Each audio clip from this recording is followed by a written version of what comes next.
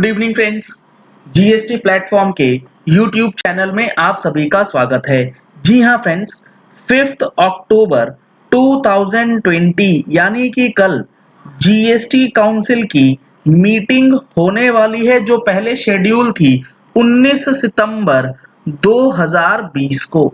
इसके अंदर कुछ बहुत बड़े डिसीजंस लिए जा सकते हैं टैक्स पेमेंट और जीएसटी रिटर्न से रिलेटेड। क्या-क्या डिसीजंस हैं जो कि लिए जा सकते हैं, जो कि आपके लिए जानना जरूरी है। इसमें सबसे पहला है टैक्स पेमेंट के अंदर जो चेंजेस है उसको अप्रूव किया जा सकता है। टैक्स पेमेंट के अंदर क्या चेंजेस?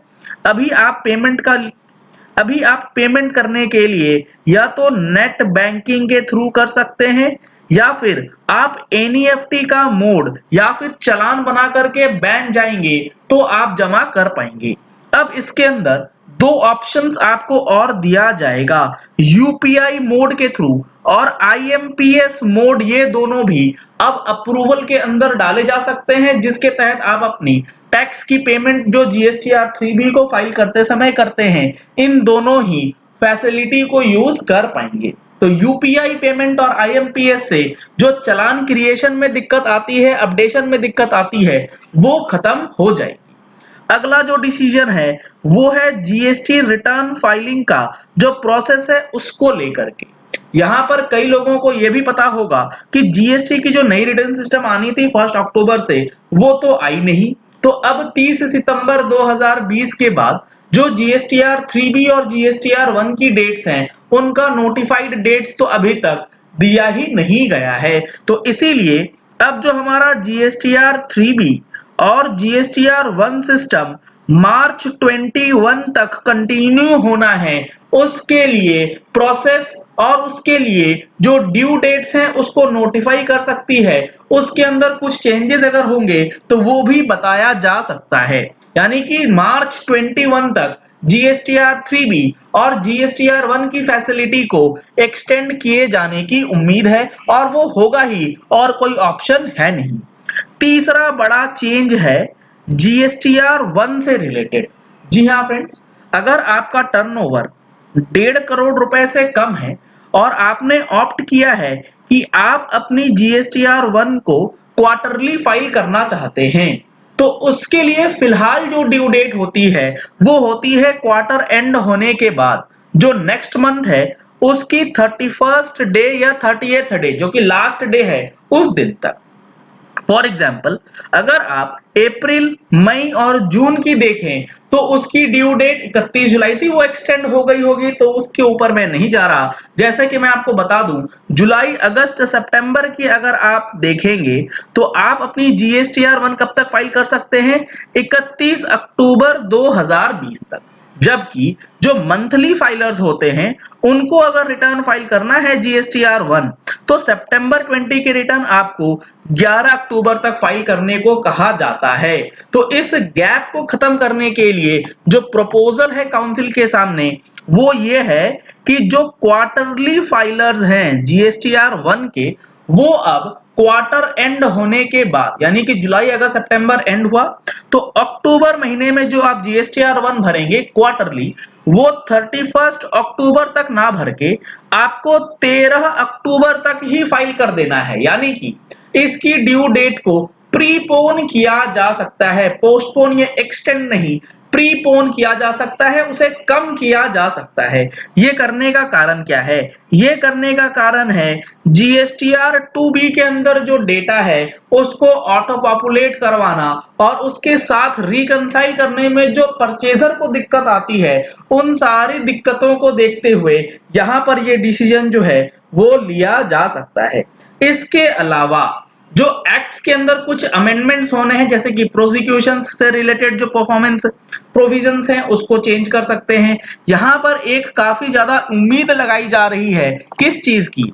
जो हमारी जीएसटी एमनेस्टी स्कीम थी, जो 3B के अंदर लेट फीस को माफ करती थी, जुलाई 17 से लेके जुलाई 20 तक की, अगर आपने अपनी रिटर्न सितंबर 20 तक भर दी है तो इसकी क्या एक्सटेंशन आ सकती है? जी नहीं, इसकी कोई भी उम्मीद अब नहीं है कि फिर से आपको ऐसा कोई रिलैक्सेशन मिलने जा रहा है।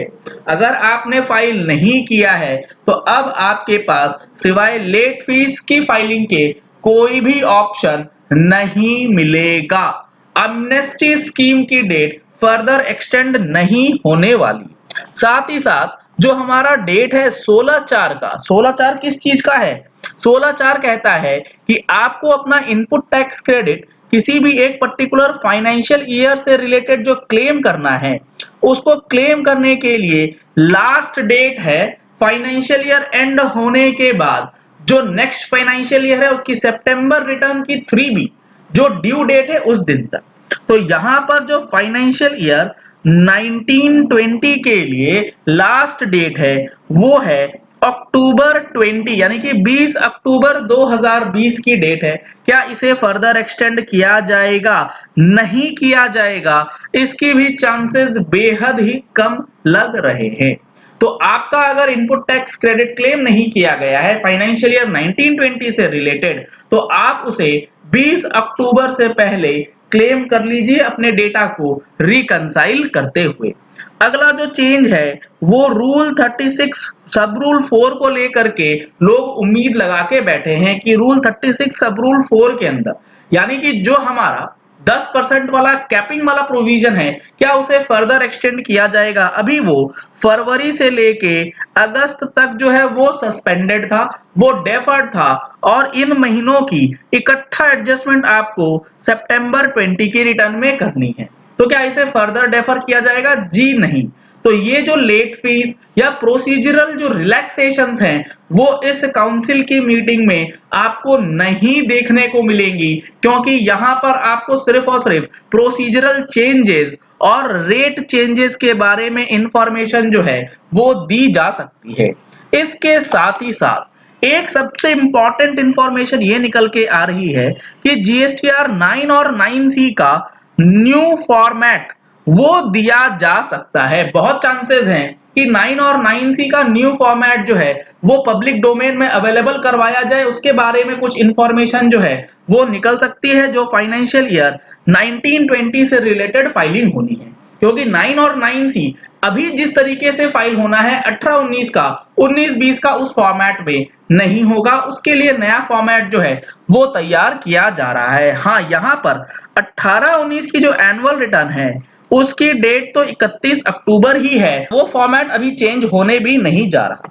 इसीलिए अगर आपने फाइनेंशियल ईयर 18-19 का एनुअल रिटर्न या ऑडिट अभी तक फाइल नहीं किया है और उसमें आपको कंफ्यूजन है तो आप उसके लिए हमारा 11 अक्टूबर का जो नेक्स्ट संडे का वेबिनार है वो ज्वाइन कर सकते हैं। ज्वाइन करने के लिए आपको इस नंबर पे कॉल करना है और अपनी रजिस्ट्रेशंस करा करके सीट्स बुक कर लेनी है। तो ये कुछ इंपॉर्टेंट अपडेट्स हैं जो कि आपको कल सुनने को मिल सकते हैं। क्या क्या डिसीजंस फाइनलाइज होते हैं वो सारी चीजें जानने के लिए आपको करना क्या है? कुछ नहीं, सिंपल नीचे एक रेड कलर का सब्सक्राइब बटन दिया गया है उसे प्रेस कर लीजिए, साथ में जो बेल आइकन है उसे प्रेस कर लीजिएगा। जैसे ही काउंसिल मीटिंग के रिलेटेड अपडेट्स आएगा आपको हमारे चैनल पे देखने को मिल जाएगा।